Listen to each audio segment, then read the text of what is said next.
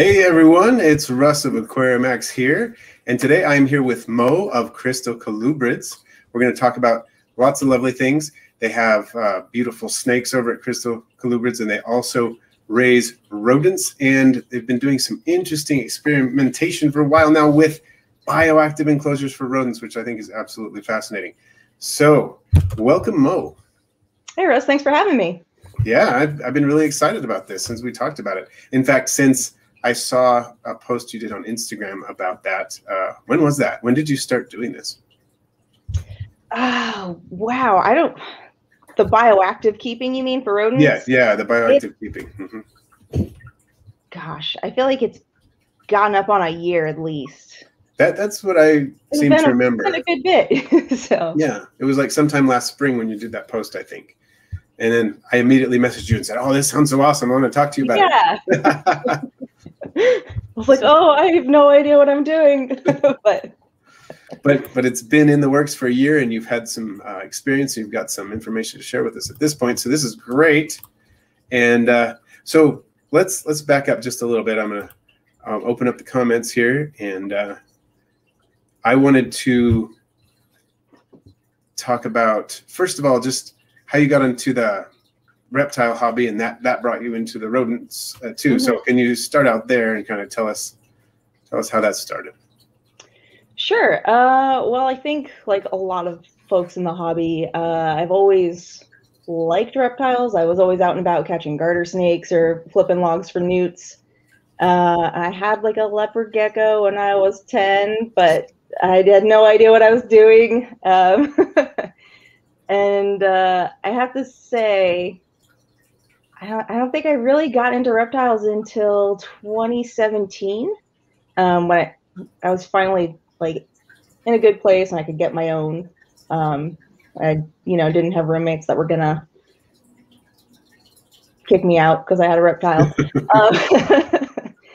So yeah, I actually got my first corn snake in 2017, and that just kind of kicked it off. So. Okay. Cool. And then how long have you been breeding corn snakes? I think the first clutch was in 2018. I got a breeder. I bought a breeder female from a local person, Diane Emmons, just to kind of feel it out and see how it would go. Because like by then I had gotten several more and I really liked them. And like I've always loved working with animals, but I have some health issues that make working with like a lot of the standard companion animals really difficult. So like snakes were just kind of like perfect for me. So I gave it a try in 2018 on my first clutch, and that went pretty well. And then I was like, this is really cool, really cool. I definitely want to do more of this. So I tried again. 2019, had a few more females by then. Actually, I think it was 2019. I don't know. It's been a few years. Not long. This is, I think, my third year. This is my third year. So. Nice. That's, yeah. So you've been at it for a while, have some time under your belt, but it's still kind of new in a sense as well. Yeah. Okay, great. Still a lot to learn. Yeah, I know what you mean there. I'm actually expecting my first litter of garter snakes any day now. Oh, that's awesome. I've never bred snakes before. I've bred all kinds of things, but never snakes, and that's about to change. So the live birth is fun. yeah, it's been fun watching her get really big. She's red-sided, not the California red-sided, but okay. Those are still awesome. Yeah. They're gorgeous snakes, and they're so docile and just so excited about life, interested in everything. So it's been fun. So yeah, it's really exciting to delve into this new thing, this new adventure. Yeah, congrats. That's really exciting. Thank you. Yeah, I got the snakes themselves a couple of years ago, just as tiny babies. And so I've raised them from tiny babies, but I've never actually bred them before. So it'll be fun. So most of the time on Instagram, I see your corn snakes. Are you doing any other snakes? You mentioned a Dumeril's boa. Do you still have the Dumeril's boa? Are there other snakes you're working with? Yes, I still have the Dumeril's. I had a male, and I contemplated breeding her in the future, but she actually has kinks. So I decided it probably wouldn't be best, and I wound up rehoming the male, actually just giving him to a friend in Louisville. And then I'm definitely working with some Asian species and a few different king species. So. Okay, so you got some diversity in your collection too. Yes, I really like the Asian Colubrids a lot. Yeah, I find them intriguing myself. Might have to go there someday. They're quite sassy. Like, even my Japanese rats, which they're probably the mellowest of the group, they can get pretty spicy. But you said that you have a couple of snakes there that we could meet. Oh yeah, bring some of those out. Yeah, totally. One I'm actually never been seen on social media yet because she's only been here about 3 weeks. Oh. This is really exciting.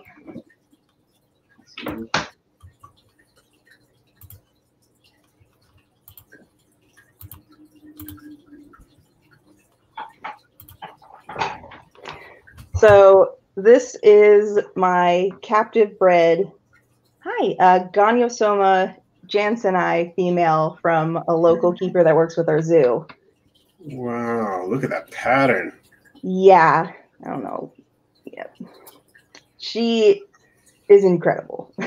Yeah, that's fantastic. So this was a big one for me. We have an adult male, but he was an import, definitely not this handleable. But yeah, this is like one of my dream snakes, so I'm happy to be able to share her.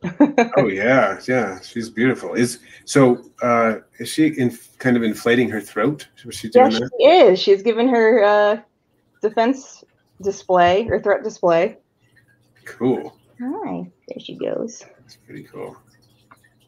I love that. I love the vertical. Yeah, instead of the hood, they're going the other direction. Yeah. That is cool. You're doing great, sweetie. So how big do they get? You mentioned that you have an adult male, so I'm assuming this one's not fully grown yet.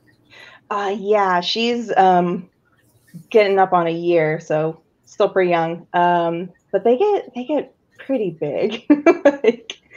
He's pushing 6 feet, and he's not quite adult size. Okay. So, yeah. Decent sized snake, but at the same time, fairly slender snakes go. They're really really quite slender. Like if you didn't know better, you would think they were underweight. They're just really sleek. Yeah, that's beautiful. Yeah, what are you doing? I love the slow tongue flicks. Yeah, I was noticing that. That's pretty cool. Is that just characteristic of the species, or a particular mood or stimulus for them, or? I mean, I can't entirely say for sure. The male definitely does this when he's irritated with me. Okay. But yeah, I mean, there's not a whole lot of them in the hobby, so I'm still kind of learning their behavior as we go. Mm-hmm. Wow. Yeah. All right, I'll put her back. Give her a little break. She's not happy with me. There you go.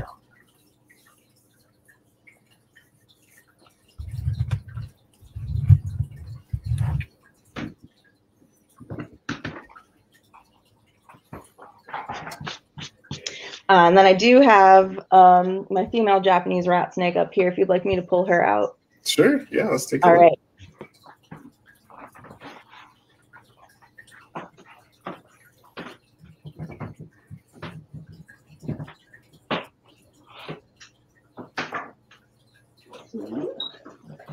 So this is a Japanese rat snake, you said. Okay.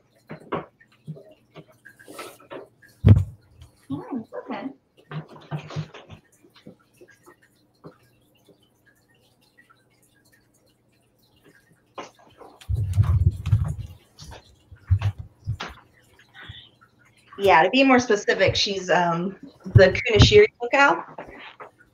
So she's got that really nice blue coming in. Oh, wow. Hi. This is Gaia. Oh, I love the name too. Yeah. Oh, and the markings on the head there, those are really cool. Yeah, they're a severely underrated snake. Oh, yeah. And how big do these get? Probably about the 5-foot range, I'd say. Okay. Wow. Yeah, that's a beautiful pattern too. Beautiful pattern and colors. Just wow. Yeah, one of my favorites for sure. Let's see. Semi-boreal, so love to climb.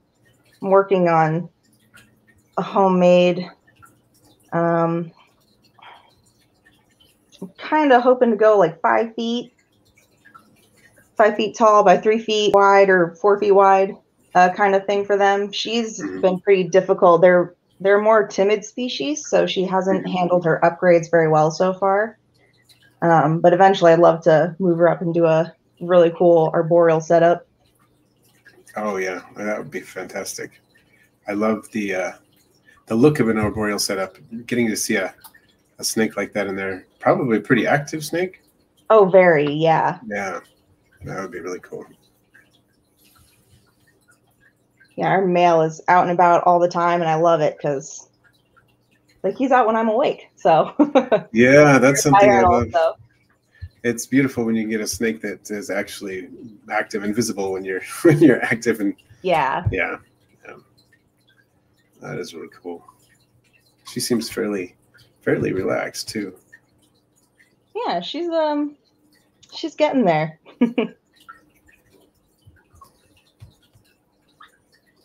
Oh, there goes a rat. I don't know if you heard the little rat sneeze. Oh, I didn't hear it, but I am looking forward to seeing the rats too. Yeah, for sure. I miss having rats. It's one of my favorite mammals, I gotta say. Yeah, they're the best. Oh, so Ashley N is asking how many different types of snakes. Oh no, is she talking to someone else in the chat or talking to you? I can't tell. I'm not sure. But let's see. But you kind of went into that a little while ago, right? You talked about the different types of snakes that you have. I mean, I can be more specific, like different species. So obviously got these guys. The Jansenii are new. Got the king rat snakes. The I'm blanking on their scientific name right now. The Chinese king rats.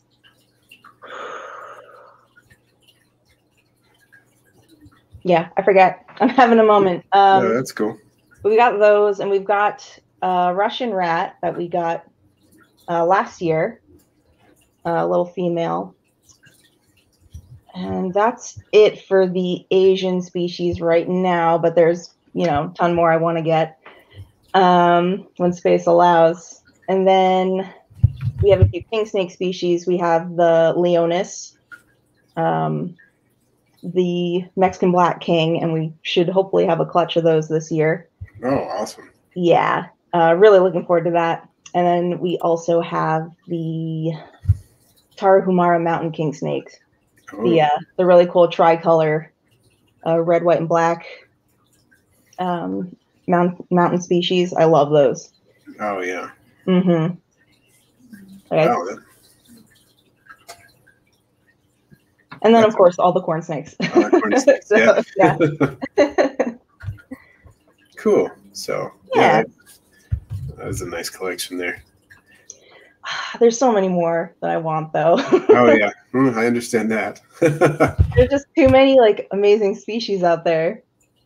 Yeah, very true. Very true. I keep seeing snakes and thinking, oh, that's on my bucket list. So is that one. Yep, that one's on there, too.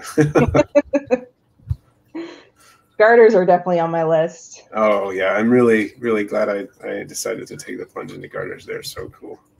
Definitely. All right. Well, I'm wondering if this would be a good time to address some Patreon questions. Sure. Elafe carinata. Yes, that is the Chinese king rat. There we go. So Truffle Pig 42 sent some great questions in on Patreon. She said her husband recently decided he wanted to breed fancy mice. So we need to give a shout out to his new little stud mouse, Chauncey. That's cool. So first question is, are there any organisms in a bioactive setup for rodents that deal with ammonia? Oh, well, normally you would use the plants to help absorb the ammonia, the nitrates, and whatnot. But rats and mice are really good at killing plants. So when I first started out, I tried throwing in a lot of like wheatgrass because that grows really fast. And I was like, that'll be able to root before they can. No, they just destroyed it. So sorry, sweetie. Yeah, plants are a no-go if you're like hoping to rely on them for, the ammonia control. So I've found that Josh from the Bio Dude, just shameless plug, carries denitrifying bacteria. The BioShot, right? Yes, the BioShot, and that's what I'm planning to do when the time comes. So far, like the key with rodents is just a ton of substrate. I haven't had any issues in the year that I've been doing it. But the key is you really need to have some sort of litter so they're not just going to the bathroom in the bioactive base, the substrate all the time, because it can't keep up. The cleaning crew can't keep up. So yeah, but the BioShot, and if there are any comparable products out there, that's my plan. Okay. Yeah, that makes sense. That makes sense. Yeah, I really like his substrates. I use them in a couple of my setups and good stuff. Yeah, they're great. Yeah. I'm not sponsored by the BioDude, by the way. I just really like his stuff. Nor am I. We got to give credit where credit is due. Yeah. Good stuff. And so one other question that's kind of related to that, if they're wondering if they're ammonia-eating microbes in a rodent bioactive setup, well, the BioShot, right? That's where that comes in. That's what that is. So you kind of answered that already. So when you're removing substrate, and you mentioned that there are different layers to the substrate, how do you avoid damaging these potentially beneficial bacteria or whatever? Also the cleanup crew, everything that you've got in the substrate, processing waste, how do you deal with that so it's not damaging it? Yeah, so the key is really having a litter that you change out every week. So I ran into this problem with the mice where they have produce so much waste. And I'm not entirely sure you can litter train them. But if you can, I think having just even a little corner litter box where they can go to the bathroom just filled with aspen, or I really like to use the hardwood pellets, so that you're just not putting so much strain on your cleanup crew. I think would be crucial. So I don't know if you can litter train mice. My rats are litter trained. And I have one of those double critter nations. And I just have sterilite tubs full of aspen. And they have their pea rocks to help encourage them to use those as their litter boxes instead of the actual substrate. And so far that's been working out really well. I don't know how you do that. I don't know if you could do that with mice. Yeah, I see what you're saying. The rats seem exponentially more intelligent than mice. In my experience, yeah. I don't know. I'm sure someone out there has trained a mouse to use a litter box. Yeah, it could be. It's not me. I'm not that person. So. Okay, well that's cool. I think that kind of helps there. So both Alicia and Ashley had some follow-up questions about that. Mm-hmm. So, well, Alicia was asking Litterbox Training will help, but you already answered that. So this other one, Ashley wanted to know, what are P-rocks? Can you explain more about that? So I don't know why, but for whatever reason, rats are more likely to go to the bathroom on just like little stones you place in their enclosure. Like they'll mark them, and then they will continue to mark them. So it kind of is a useful tool in litter box training them, because they just like naturally want to go to the bathroom on those rocks. So yeah, that's a P rock. Okay. Yeah, that makes sense. Yeah, I had my rats where I would, when I had them out of their enclosure, I would have a little tub with some of their litter in it, and they'd run over to it when they needed to go to the bathroom and then come back. And that was really nice. Yeah, for sure. Okay, cool. So another question was, is there anything that will gobble up Mycoplasma in the environment? That I don't know. I've not encountered anything like that in my research. That would be really interesting if there was. I haven't had any issues with Mycoplasma in the bioactive setups. I know it can be an issue mainly because of just like, I won't even say it's like Mycoplasma. Just like when the substrate gets too dry, it can irritate their respiratory systems. Yeah.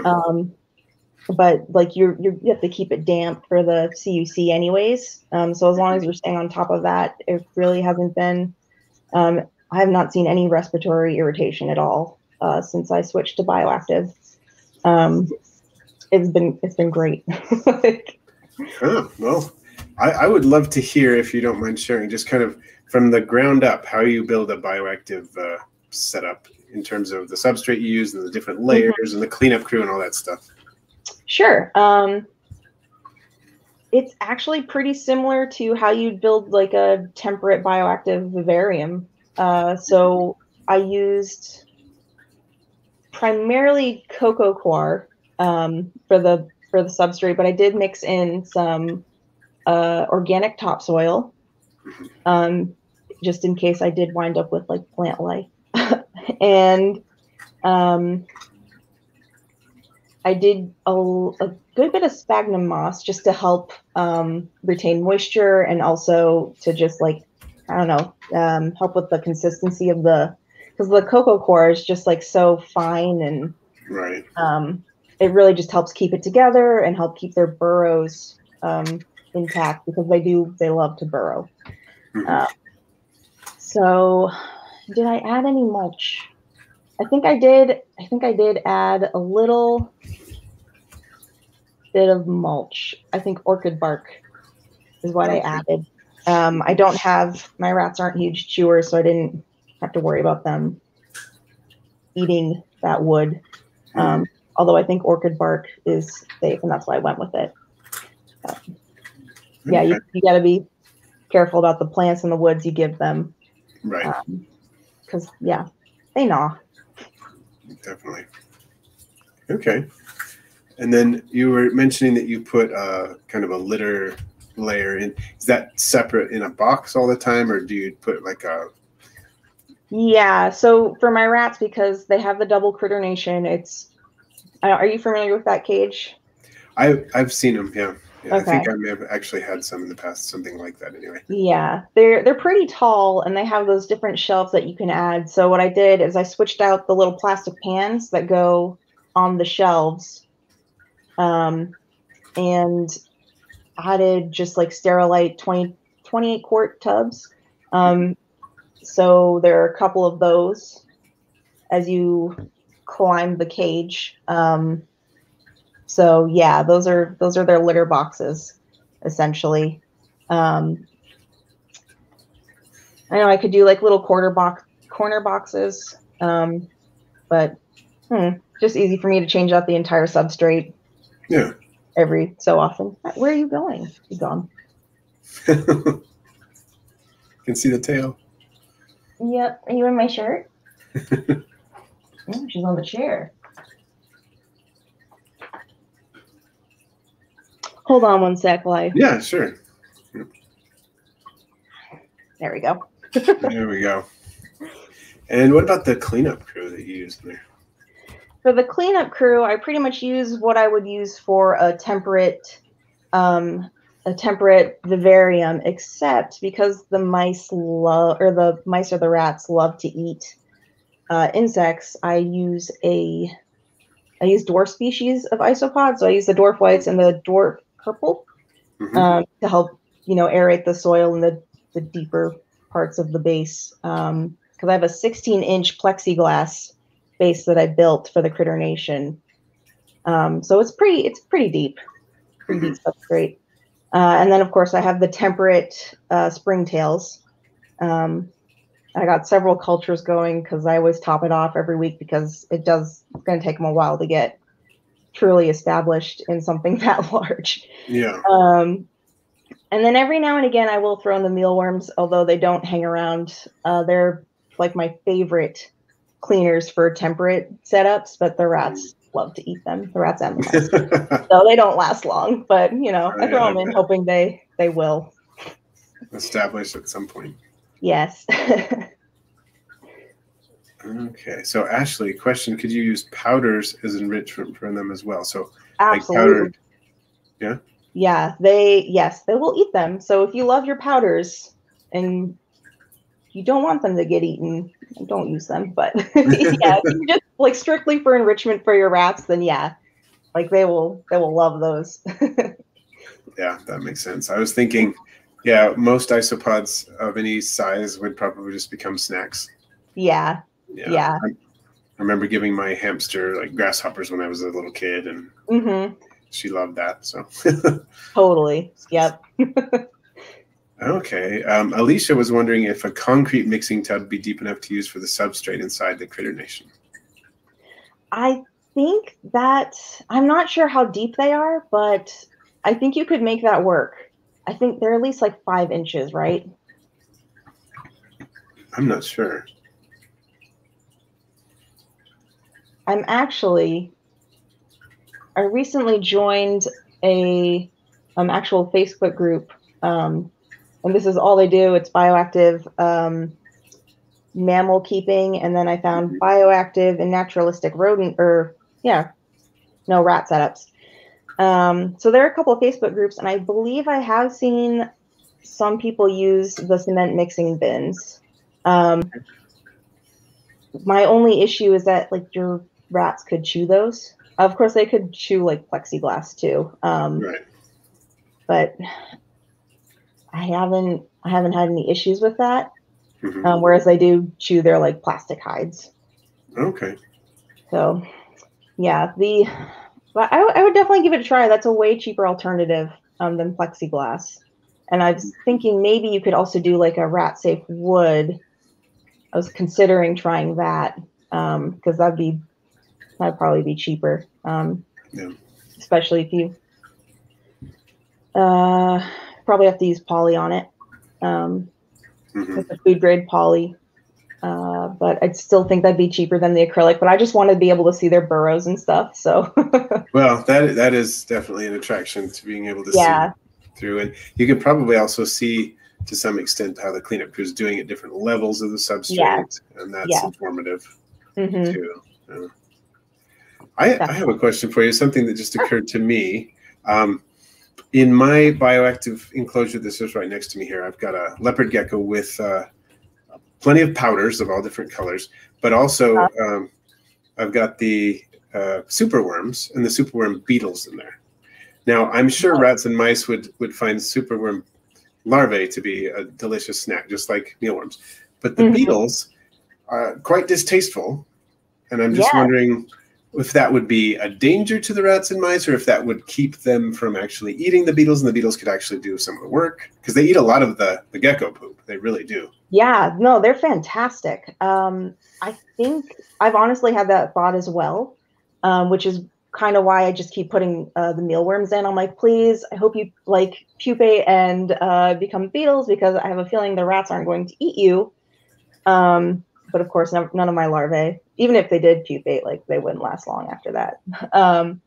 But yeah, I think if you could just get the adult darkling beetles, that's what they are, right? Yeah. beetles. I don't think, I think the rats could eat them. Like, I don't think they'd be toxic, based on what I've read, but I don't think they would eat them. Just because they release that fluid that smells. Yeah. I don't know. I'm not entirely sure. Double check me on that. Yeah, it's an interesting thing to contemplate, just considering how much they eat and stuff. They're really great. Like, I love those in my arid setups. Yeah. And my temperate, so fantastic cleaners. Yeah, even the larvae in this colony, I know that our gecko loves the larvae, but there are enough in there that, you know, they're breeding and producing. And the other day I put some extra food in there and the larvae were coming out to eat it. And so awesome. All different sizes. So it's not just the ones I'm adding. It's, they're breeding in there. So I was wondering, maybe you could get it to work if you can just keep them from eating the larvae enough, or just, you know, like you said, put the adults in. Yeah, I mean, at this point, I should probably just start my own mealworm colony, and then I could just throw my beetles in there. Yeah, mealworm beetles are the same deal. I mean, they have that distasteful sort of protective fluid as well. So who knows? That might work as well. I'm kind of like pushing it with the isopods, though. My wife is not into bugs at all, so hopefully she's not listening. But I would have to do it in secret if I brought mealworms to keep and breed. So yeah. Well, that makes sense. The isopods are at least like cute. Yeah. Fun colors. So. Yeah, that does help. They've got a few things going for them that some of the other cleanup crew creatures don't. Cool. So what are the benefits that you've noticed, contrasting the, you've mentioned a couple already, but the bioactive setup as opposed to like a traditional rodent setup with, say, aspen shavings or whatever? Yeah, several things. One, I've not had to clip their nails at all since this started. And like even prior to using the bioactive, you know, there's those little pumice ledges that you can buy. And I like completely removed all the ladders and I just made like pumice staircases.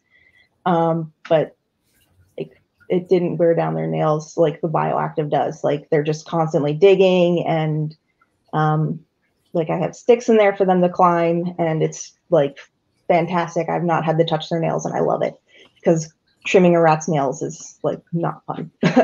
So yes. They're so tiny. So that's a big one for me personally, just because I hate trimming nails. And the second one is definitely like it cuts back the smell tremendously. So anyone who's kept rodents know that they can get really stinky. So it's been really nice. I still have their litter boxes, which I have to change out every so often, like because those do get stinky. But considering like how large of a substrate basin I have, like, and it doesn't like it just smells like earth, dirt, and moss, and it's wonderful.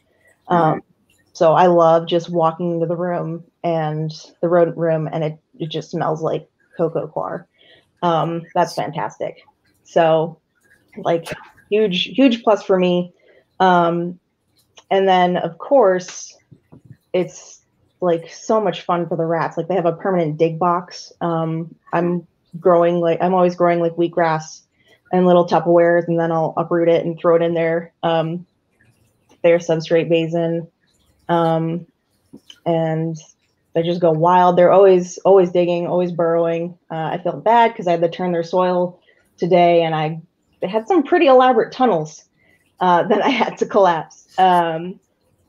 Yeah, so it's just like great fun for them. You can throw seeds in or bugs into the substrate, and they will just dig until they find every last one. And yeah, they're having a good time. I do have some males, and they're staying nice and lean because of it. Keeps them very active. I know males can get like really chunky. And lazy. Yes, very. So I'm very happy with how like lean, and pretty muscular. So I'm really happy about that. Just like provides so much activity and fun for them, enrichment. So yeah, definitely. That's hard to think of a better enrichment for rodents than allowing them to burrow around them. Yeah. I think like we just kind of forget how like they're terrestrial. Like they love to climb, but they also love to burrow, and they don't always get that in the the standard Aspen, I don't know, critter keeper setup. Yeah. They wade in that. They don't really burrow. yeah, for sure. Yeah. No, that makes sense. Oh, so you'd say in terms of odor reduction, it's a win. In terms of enrichment for the rats, it's a win. Mm-hmm. And with the nails, again, a win. Mm-hmm. Are there how does it do with the, oh, go ahead. Less dust if you do it right. I forgot to mention that. Okay. Yeah, the aspen, pine, and then I use the, what are those called? The hardwood fuel pellets. So when they get wet, they kind of crumble, and that creates dust. But I found that before going bioactive, that was the only thing that I could really do to keep the smell down, because they were just so absorbent. Mm-hmm. But yeah, it just like way less dust, which I have a feeling is going to be way better for their respiratory systems. Right. So as long as you keep that substrate moist, you'll be fine. Sorry, I hate that word. Why did I say that? Yeah. So. Would you say that there's a gradient, a moisture gradient in the substrate? Like it's dry at the top for an inch or so? How much of it is dry, and when does it start getting more moist? It definitely gets dry at the top. At the end of the week, I add water every week, about a gallon to the base. So the top it's dry then, and it's definitely like the dampest at the bottom, and then there's definitely a gradient. So you do have to turn the soil every so often, so you don't get a ton of mold buildup. Although the Springtails help with that a lot. But yeah, there's definitely, like, I was playing around in their burrows this morning, and I noticed that they felt like really nice and cool and humid. So yeah, I should probably get like what are they called? I need to get an instrument to measure humidity and see. Oh yeah. All scientific.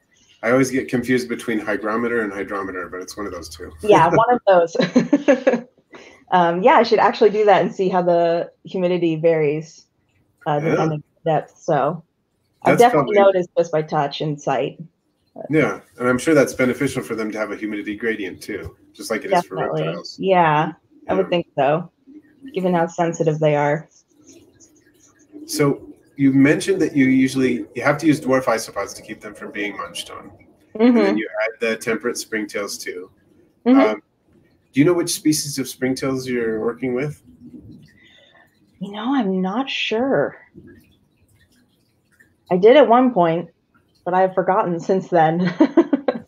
I grabbed the temperate species that Biodude has. Okay. I don't know what he's carrying. I'm not sure either. I have to check. Because I've noticed that the term temperate and tropical springtails, they just kind of get tossed around a lot in the hobby. And then it's hard to find out what you've actually got just from that, because people confuse them. They switch them around, use different species. So I'm just curious. But is the one you have fairly tolerant of changes in humidity? I mean, to a point. They're surprisingly hardy. So every so often I keep mine on the charcoal. My springtails on charcoal, and every so often I will just like dump the entire container into the substrate, whatever substrate I'm working on, and then I'll just like add more charcoal and add like seed that culture. But sometimes I won't set up the culture again right away after dumping them into a substrate, and like days later, I will find springtails in that little Tupperware, and like it's dry. Mm-hmm. It's bone dry in there, and I'm like, how are you still alive? So I don't know. Or maybe they're the arid species that Josh carries that I'm using. Okay. And maybe, which I think is really just a temperate species. Mm-hmm. Well, there's the species that I have found to be more drought tolerant of the ones that I work with is the Sinella curviceta, which is often called the tropical springtail, but it's sometimes called the temperate springtail. You know, it gets all these different names. Sometimes called the arid springtail, giant springtail. It gets all these different terms. But I'm wondering if that's what you've got, because I have a similar experience with it. Okay. It'll do well in open, you know, highly ventilated vivariums. Well, some of the others, you know, if it's the humidity is not extremely high, it'll just die. So it probably is one of those. That makes sense. Yeah, I've definitely had those in the past. And my very first time trying to cultivate springtails, I killed them off very quickly. So I tried the temperate / arid from the dude, and I've been really happy. Like they're going strong. Like I said, like I can't kill them. Like, yeah. And the nice thing about those is that they're great in high humidity and low ventilation, fairly low humidity with decent ventilation, as long as they can, you know, hydrate. So yeah, they're really versatile. So that's probably that's the one I usually recommend for isopod enclosures, whatever kind of isopod, because they're going to do better. Just gotcha. Yeah. Cool. Oh, I know. I learned something. Today. That's awesome. And I wanted to ask you too, when you look at the cleanup crew and you're just, you know, you're turning over the substrate, or you're whatever you're doing, you're replacing part of the substrate. How do you see that the cleanup crew is going? You mentioned you're, you know, reseeding springtails periodically and so on, like you do with a lot of other setups. But how can you gauge, or what have you noticed about how the isopods are thriving or not thriving in different situations? How do you, what have you seen? So usually I just do some digging around in the dirt and look for them. I have like pieces of charcoal in there, and then I have like some logs and stuff to help hold the soil and let the rats burrow. So I do have like some places where the isopods, the springtails, can kind of gather and cultivate with those rough surfaces. And I usually just like check those right away and can kind of gauge how they're doing from that. And then I just kind of like to throw them in every so often anyways, just because it's like a huge amount of substrate that needs cleaned. So yeah, but I can usually just see them on the pieces of wood that I've placed in there. I have some pieces of pumice in the substrate too. So there's nice little crevices for the springtails to hang out in. So. Cool.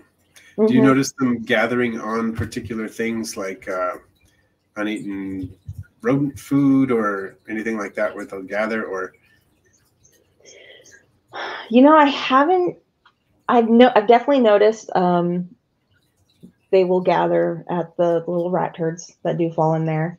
I haven't really had an issue with them taking food or leaving food in the substrate. But yeah, I've seen them working on the rat droppings. And yeah, and of course they love to hang out on the wood. Yeah. And the rocks that I have in there. But yeah. Well, that seems to be a good sign. I always feel like a bioactive setup is working pretty well if you notice that droppings are a congregation spot. If you see them. Yeah. Definitely. Oh, that's very cool. I'm glad to hear it's working so well. Yeah, at least with the rats. The mice have been a bit of a struggle. So. And what would you say is the biggest contrast between the rat setup and the mouse setup? I think you kind of alluded to this already, but yeah, definitely the fact that the rats have large designated litter boxes and they're litter trained, so like they prefer to do their business there versus right in the substrate. And also just like the amount of substrate, the size, it's huge compared to the mice. So I have them in like large bin containers compared to what they're normally kept in breeding situations. But I've found that I can't remember the exact, like how many gallons my bins are. I think they're 116 quarts, I think. But they got a pretty good surface area. And I was able to get the substrate a few inches deep. But I think the key for a colony of mice is going to be a bigger bin, and then also crafting it so that the ventilation is higher up so I can have a much deeper substrate for the mice, because they just, I don't know if you can litter train them, but if you can't, then you're going to need like so much space and substrate for them because they just produce so much waste. Yeah, that does make a lot of sense, especially when you consider that the rat enclosure doesn't have to process a lot of ammonia because it's being collected by the litter and then removed. Right, right. So you're not dealing with this huge volume of ammonia you would otherwise be dealing with. That doesn't make a lot of sense. Yeah, I'm not just completely flooding them. So yeah. the point where they can't keep up. So. Yeah, exactly. It seems, and I know before the stream went live, we were talking a little bit about this, how people had asked me about bioactive setups for rodents in the past, and I said, well, I honestly don't know because I've never done it. Even though I've kept rodents, I haven't done it bioactively. But my concerns are, one, they have a crazy fast metabolism compared to reptiles. Two, they produce insane amounts of liquid ammonia. So with reptiles, a lot of times you have the urates, that's where most of their nitrogenous waste is going. That's a lot more manageable than liquid ammonia. And so those were my two concerns. And it sounds like the first one and the second one are being addressed in the rat enclosure largely by the fact that you've got this, you've got the litter boxes. It's nutrient export of the system, basically. Yeah, it's not a perfect bioactive system, but it's still, you're reaping the benefits of bioactivity. Yes. Still, even though you're taking care of those wastes by removal. So I still think it counts as a bioactive setup. It's just, it's not as self-contained maybe as some. That's a cool way to think about it. Yeah, you can't rely upon the plants as much to process waste, or at all to process waste, but you can, it's just a more open system, I guess. Yeah, although I am toying with the idea of building like cages for plant roots to see if I could actually get some plants established. That would be interesting if you could make that work. Maybe some bamboo, because that, grows really well. Not lucky bamboo. Actual bamboo. Actual bamboo. Yeah, or mint or something. Mint just grows like, it's great. It's great. Yeah. It might be the perfect thing for a rat enclosure. So I don't know. I'm going to play with that a bit, but I haven't gotten to that yet. Some sort of partitioning system so the rats can't get at the plants. Yeah, I see what you're saying. It's an interesting idea. Yeah, someone in the stream was mentioning how they thought it would be interesting to do birds in bioactive. Oh, that would be cool. And with birds, you do have the urates, not so much the liquid ammonia like you do with mammals. So that would be a point in their favor. But they do have the metabolism comparable to mammals. Yeah. So producing a lot of waste. I've thought of it too, though. We have chickens outside, and I'm not worried about that. But we also have a budgie, in the house. He's on my shoulder right now. Here he is. And cool. He is, he produces a decent amount of waste for his size because they have metabolisms too.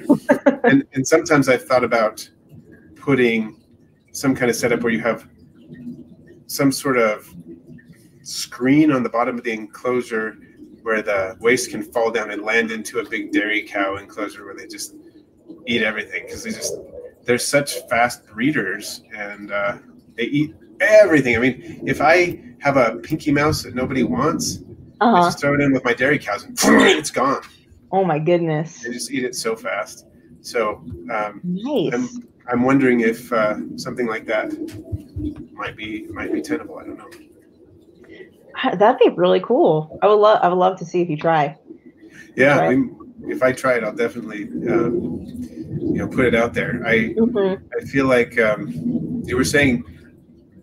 I think it's fascinating that there's this Facebook group that just revolves around bioactive mammal setups. That's awesome. Yeah, it's apparently very popular with hedgehogs. Oh, really? Yeah. Oh, I am triply intrigued now. I was already doubly intrigued, but now I'm triply intrigued because hedgehogs are on that list of animals that someday list, So a bioactive setup for them.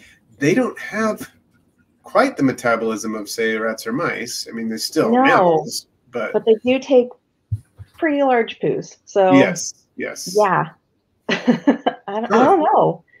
People do it. They seem to do really well in them too. I can't conceive. They must require some litter training too to make it truly feasible. And from what I understand, I only done a limited amount of research on hedgehogs, but from what I understand, they tend to be one of those animals that will choose a corner. Just kind of naturally, like a leopard gecko does, and so you can take advantage of that, and that would be really cool. Totally. Yeah. So, do you have that link to the Facebook group, or just the name of the Facebook group, or whatever? I believe it's Bioactive Mammal Keepers. I can send it to you after the stream.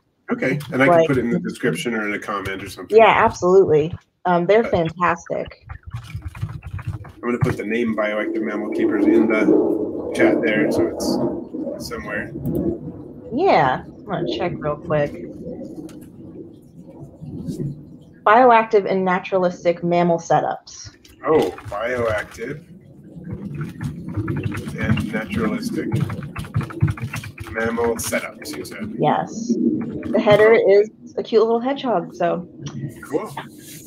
Yep. And I wonder if there's anything out there for birds. I wouldn't be too surprised now. I don't know. There very well could be. It's just fascinating stuff. Yeah, it's really amazing. Like, I remember I got into fish before I got into rats, and rats before I got into reptiles. But I remember learning about. Are you familiar with the Wallstad method? Yeah. Of aquarium? Yeah. So I remember reading about that, and that is just fascinating. And I had a couple Wallstad setups before I moved to Ohio, and where our water is really hard. So I've kind of given up on fish keeping for now because all of my favorite species are they love acidic. Okay. Yeah. I love like blackwater setups, and so a lot harder to do with hard water. That's true. Yeah. I actually I interviewed Diana a couple of times, and on her Wallstead method, and then on mycobacteriosis. Oh, that's awesome! I'll have to check that out. She was really cool to talk to. It's been a long time, but I do have those videos on YouTube from like, how long ago was that? It must have been like 9 years ago or something. Oh, wow. They're up there.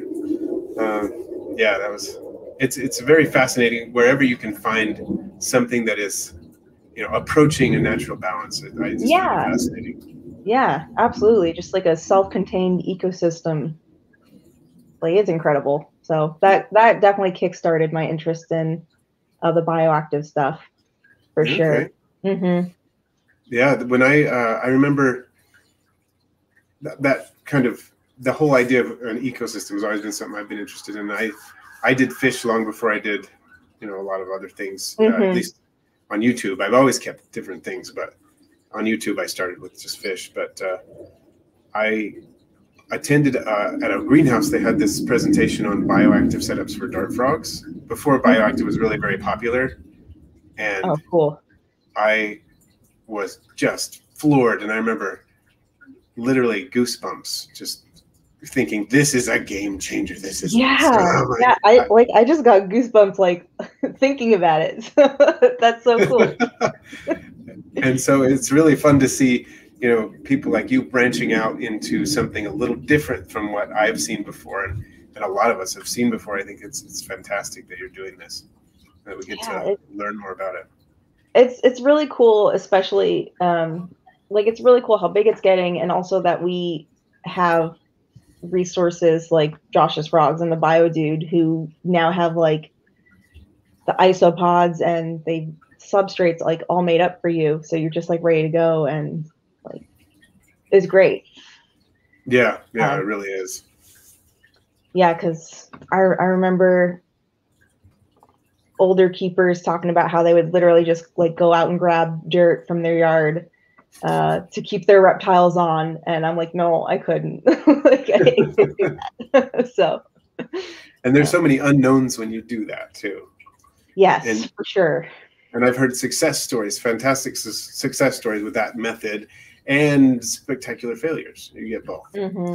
So it's nice to have it when you have people who have had the experience and gone through the difficulty of sourcing quality ingredients and putting them together in the right formulation, and then explaining exactly how to use them and figuring out things like BioShot. Absolutely. Yeah, I love having those resources available. Yeah, I get really tired of baking dirt. I bake a lot of dirt.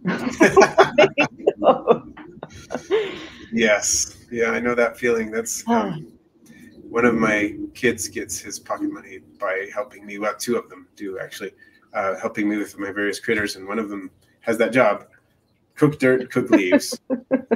Yes, and the leaves. We go through pans and pans of those all the time. And I'm always saying, are there any more leaves? No, I had to use them to feed them all to the isopods. Okay, can you cook some more pans? This is why I need kids. They can make my leaves for me. It does help, although sometimes, they end up on the floor, but it's all part of the deal. It's really helpful to have the kids help with that. So, all right. Well, let's see. Do we have any other questions in the chat that I missed? I probably did. Alicia says hedgehogs are easy to litter train, but their poops are the most horrible things ever. I imagine it's a lot like ferret poops, which are horrible. So. That would make sense. Yeah. Let's see. Yeah, I'm gonna put her back. I kind of forgot I had her still. Oh yeah. Let me just run her back real quick. Sure. She's just chilling. I do like it when snakes get to that sort of zen out point when they just kind of relax in your hand. My garter snakes, when I take them out, they're usually super active for a few minutes, and then they just kind of, I'm relaxing now. I feel good. You want to say hi to everybody, Twilly? Say hi. There you are. Say hi. Oh, you're pixelated. What's going on? Is that just camera frame rate something going on? I don't know what that is. And you said you had some rats there for us too. Is that right? I do, yeah. Just finish sanitizing my hands real quick. Hi, sweeties. Came right up, actually. Yeah, so this is, I'd say she's my heart rat. This is my little Russian blue jumbo named Mifa. And she's just a doll, and I love her so much. Oh, I love the Russian blues. Yes. We had a couple of those years ago, and they were a delight. They're hi. They're so cute. I've always wanted. Oh, careful there, sweetie. I've always loved the blue rats, but I've never been able to find them. So. We're very happy. Yeah, we found our couple at the pet store for adoption, not for sale, for adoption. For adoption. And they it was funny because they were offering them, and then we asked how much are they and everything, because we had been looking for something like that, and they said they're free, just don't tell anybody. Please save them. Where are you going? So do you find it do you like to work with female rats more, male rats more, or just does it matter on the individual, or what do you think? So I'll put you back because you're all wound up. It's your they're just starting to get super active now. So I started with rats in about 2013, where I got my first pair of rescue rats. They were actually from my grandfather's apartment complex. when their owner got ill, and like 2 rats turns to like 20 overnight. So they had 79 rats, and I wound up taking 2 of them, and they were males because I heard the males were generally more laid back. So that kind of started the trend of getting like males. I get the male cage mates, of course, because I didn't want to go through the process of neutering or spaying, because it was more expensive to spay a rat back where I was than it was to spay a dog. So, yeah. And so I mostly kept rats, or the male rats, and a couple of years ago when I wound up getting a few rats again, they were female, and honestly, I think I kind of like the females more. Like, they're both really good. Like, the males are really squishy and cuddly, but the females are just like so inquisitive, and like they're really active, and I really like that. They will wrestle with me and run out onto my shoulders and then run back into the cage. Yeah, it's just real fun. Cool. I kind of like the females more, I think. Don't tell the boys, but I've always wondered, we've only kept male rats because of the chill factor. They're just kind of relaxed and sort of lazy, which was great for little kids, which is what we had at the time. And, yeah, that's what we did. But I've always been intrigued by the idea of getting female rats, but I haven't done that. Yeah, I'd imagine with kids, like, male rats are just superior. They're way bigger too, so you don't have to, I don't know, worry about like hurting them, I suppose. Right, a little bit more durable, maybe. Yeah. And they were certainly chill. They would just sit on our kids' shoulders or our shoulders. I just like pancake, just like our little bird. Yeah. Yeah. As you can see, my Mifa was just like ready to go. So yeah, she's a cute one. She can be really snuggly, and she gives kisses and nibbles, but it's getting dark here, so she's like ready to go. yeah, that makes sense.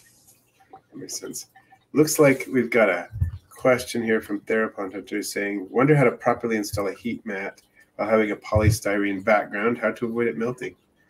Well, let's see. First thing I would say is, if you install a heat mat on the outside of the glass and you install a polystyrene background on the inside of the glass, you're going to negate the effect of the heat mat as far as the inside of the enclosure goes. So I wouldn't install them that way. I would put, if I'm going to do a heat mat and a polystyrene background, I'd put the heat mat maybe on the side that doesn't have a background at all. And of course, you want a thermostat to keep it from getting too hot, and that will help with melting, but I wouldn't put them together at all, just because any benefit you get from the heat mat would be negated by the insulation provided by the polystyrene. What would you say about that? Have you worked with those kinds of things? Well, what temperature does polystyrene melt at? That's another good point, because I think you're probably not going to reach that much of a temperature with the kind of heating you're going to be using with a heat mat. Especially if you're using a thermostat, which right. Like, definitely use a thermostat. Yes, definitely use a thermostat anyway, yeah. But I don't think you're going to get to the melting point, but you're not going to get any use out of a heat mat behind a polystyrene background anyway. Yeah, I would think not. Yeah. It's kind of like putting it. What was that? They're putting the heat mat behind the background. I'm assuming. I'm Therapod Hunter. If you want to elaborate on that, that would be cool. But yeah, I'm assuming that's what's going on, because I don't think. Yeah, I don't know exactly. I guess we need to wait for a little bit more information, but yeah, I would probably keep them apart. So you said you were working on a pet line of rats. Is it a particular thing, like a Dumbos, or is it a hair type, or is it color or whatever? Yeah, I'm not so particular about the color right now, although I will say it's primarily working with Russian blue. I'm like very small scale, like I have 4 males, 8 females kind of thing. So primarily Russian blue. I've got just some like Variberg, black Variberg, And then I'm trying to work with the sea locust gene, so your Siamese and Martin primarily. But like more so than that, I really just want to work towards like health, longevity, and temperament. So it's very slow going because the temperament testing, you know, and like I gotta, you know, like I'm trying to breed away from Mycoplasma infections to see if, you know, maybe genetics have an effect on resistance and the longevity of the rats, because they don't live nearly long enough. They're way too good. They need to live longer. So I'd say I'm more interested in those things than like the coat colors or types. Okay. Although I love my Dumbo and my double Rexes. So yes, the Dumbos are incredibly cute. That's true. Yeah. Yeah, and we've had several double Rexes too. They're just they're all adorable. What can I say? Yeah, I mean, like you really can't go wrong with any rat. So. True. Okay, so Sean Meister says polystyrene melts at 464 Fahrenheit. So with a thermostat, you shouldn't have to encounter anything like that. And Theropod Hunter says long, slender heat mat, almost the length of the paludarium. So I put it on the side, it'll be under the substrate. So I guess I should remove the polystyrene background altogether. Well, if you want the heat mat to affect the inside of the paludarium, then yes, I would say so. Probably want to remove that. Although I would like to know a little bit more about the paludarium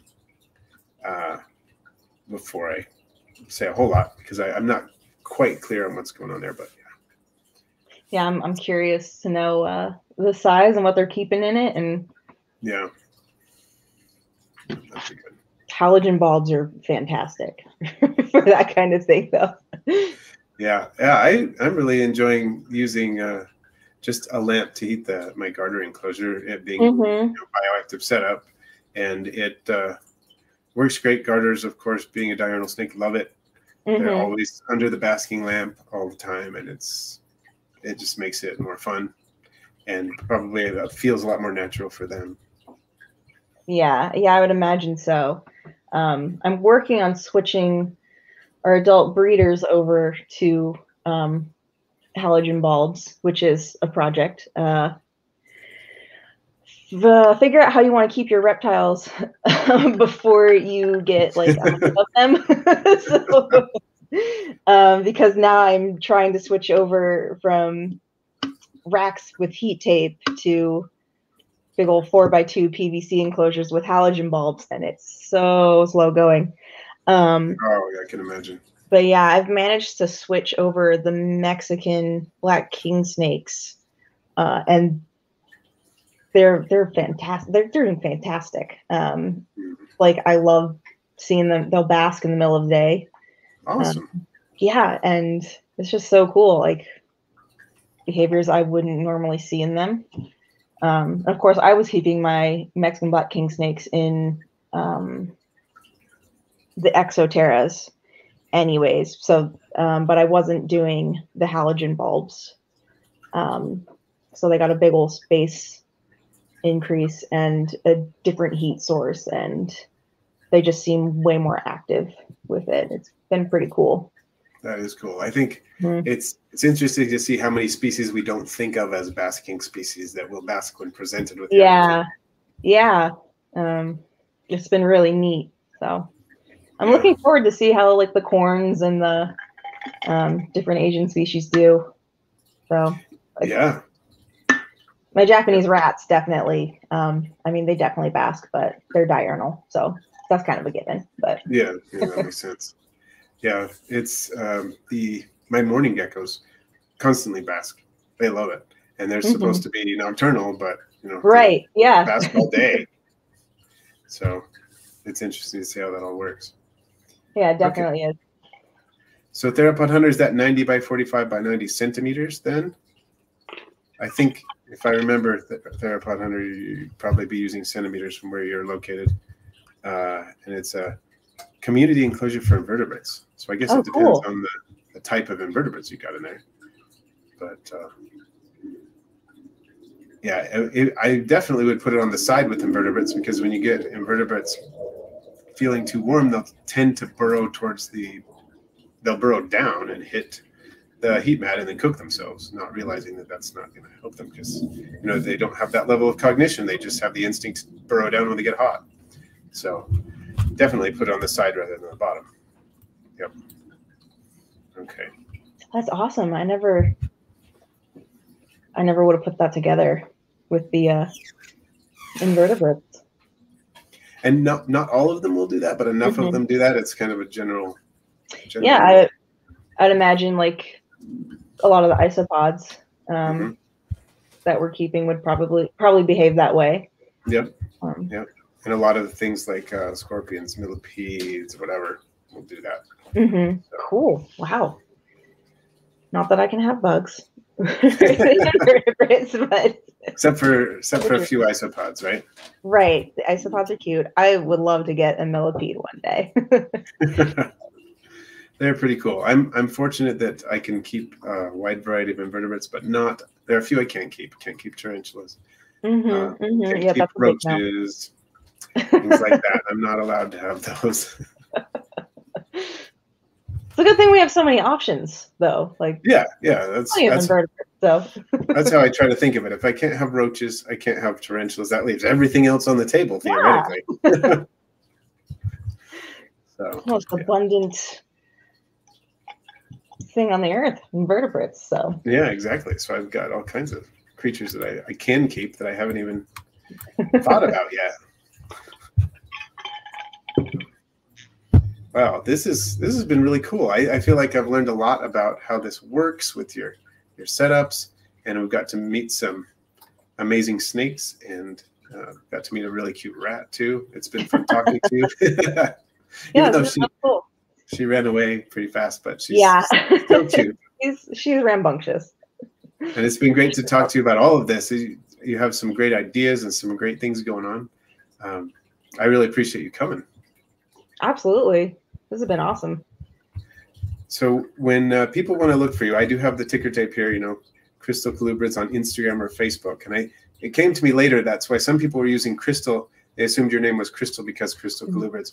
And so they were using that in the chat. But if you want to contact Mo, Crystal Colubrids on Instagram or Facebook, good place to go. Any other presences, social media that you want to point out? Just the website, crystalcolubrids.com. If you want to check out the corn snakes or the king snakes we might have available this summer. So cool. Yeah. Yeah. I'm so tempted to get both a Mexican black king snake and a nice Okatee corn snake. Yeah, the Okatees. I love those, but I think I need a little more space first. I need to figure that out. Yeah, they get big. I feel like the Okatee, especially the Okatee lines, get considerably larger than some of the other morphs I'm working with. Yeah, yeah. Some of the fancier morphs do seem to just kind of top out at a smaller size. Yeah, especially lavender, which is something I'm working on. They're real small. How big do they usually get? I mean, it depends, but my males are considerably smaller than my other morphs, my male lavenders. Like 3 feet long. But like my other males that are like 5. I've got one pushing 6, and he's an Okatee. So, yeah, and then my breeder female has just always been on the smaller side. My breeder lavender female. So yeah, that's something I'm gonna be working on, is a more robust size in certain morphs. Yeah, we have I guess it's a hypomelanistic corn snake, we think, because we adopted it after someone had already kept it for a while and didn't remember the morph. But we got it. It was pretty small at 13 months old when we got it. It was small enough to fit inside what do you call those? The colored pencil box, the little thin colored pencil box. Wow. It was really tiny when we got it, Uh-huh. and it wasn't being fed very often. And so we, increased the feeding frequency. Yeah. Started growing, and now it's like 53 inches long or something. Oh, wow. It's That's caught awesome. up. It's caught up over time. Love that. So it's fun. That was our first snake that when we actually knew what we were doing. Like when I was a kid, I'd catch garter snakes and bring them home, and they'd get loose in the house. But we don't count those times. yeah, that was our first real, actual, responsible attempt at snakes. Yeah. Going well. So very cool. All right. Well, I guess we better wrap up here, and just want to thank you again, Mo, for coming on. It's been great. Thanks so much for having me. This has been my first podcast experience. It's been awesome. Awesome. That's cool. Yeah. All right. Thanks, everybody, for joining in. And make sure to catch our next video on Friday. And once again, check out Crystal Colubrids on Instagram, Facebook, and crystalcolubrids.com.